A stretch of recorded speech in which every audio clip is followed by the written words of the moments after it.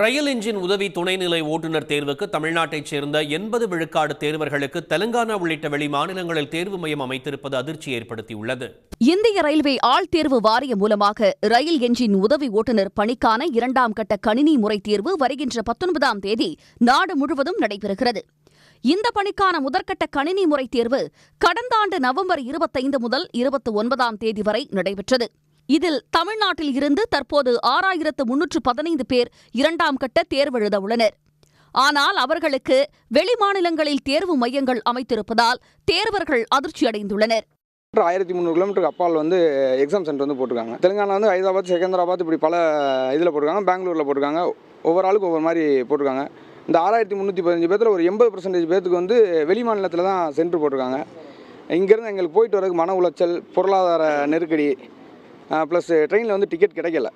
எல்லாத்துக்குமே வெயிட்டிங்கில் தான் இருக்குது. இப்போ நாங்கள் எப்படி போய் எக்ஸாம் அட்டன் பண்ணுறதுன்ட்டு எங்களுக்கு மிகப்பெரிய குழப்பமாக இருக்குது. எக்ஸாம் இப்போ லோக்கலில் போட்டிருந்தாங்கன்னா தூங்கி எழுந்திரிச்சு போய் எக்ஸாம் எழுதுறதுக்கும் இதே ஒரு 24 மணி நேரம் ட்ராவல் வருது. தூங்காமல் தான் போகிறோம். கண்டிப்பாக அது அதர் ஸ்டேட் வேறு.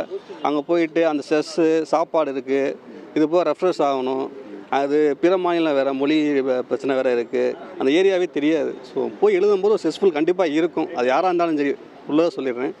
ஸோ இதனால தான் சொல்ல வரேன். இங்கே லோக்கலில் போட்டாங்கன்னா ஒரு 1.5 மணி நேரம், திருநெல்வேலியோ திருச்சியோ போட்டாங்கன்னா 1.5 மணி நேரம் ட்ராவலில் போயிட்டு எழுதிட்டு வந்துட போகிறோம் ஃப்ரெஷ்ஷாக. தமிழ்நாடு மாணவர்களுக்கு ஆந்திரா, தெலுங்கானா உள்ளிட்ட மாநிலங்களில் தேர்வு மையம் ஒதுக்கியிருப்பதை பாமக தலைவர் அன்புமணி கண்டித்துள்ளார். தமிழக தேர்வர்கள் திட்டமிட்டு அலைக்கழிக்கப்படுவதாக கூறியிருக்கும் அவர் இது மன உளைச்சலை ஏற்படுத்தும் என்று குறிப்பிட்டுள்ளார். பெரும்பாலானோருக்கு 1500 கிலோமீட்டருக்கு அப்பால் தேர்வு மையம் அறிவிக்கப்பட்டிருப்பதால் தேர்வர்கள் நிதிச் சுமைக்கும் கடுமையான அலைச்சலுக்கும் ஆளாகும் நிலை இருப்பதாக சு. வெங்கடேசன் எம்பி தெரிவித்துள்ளார். தேர்வு மையங்களை மாற்றுவதற்கு உடனடியாக தலையிடுமாறு கேட்டு ரயில்வே அமைச்சர் அஸ்வினி வைஷ்ணவுக்கு அவர் கடிதம் எழுதியுள்ளார்.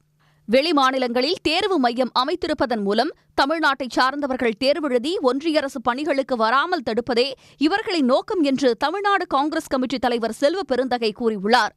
வெளிமாநிலங்களில் தேர்வு மையம் அமைத்திருப்பதை உடனடியாக ரத்து செய்து தமிழ்நாட்டில் அவர்களை தேர்வெழுத ஏற்பாடு செய்யுமாறு அவர் கேட்டுக் கொண்டுள்ளார்.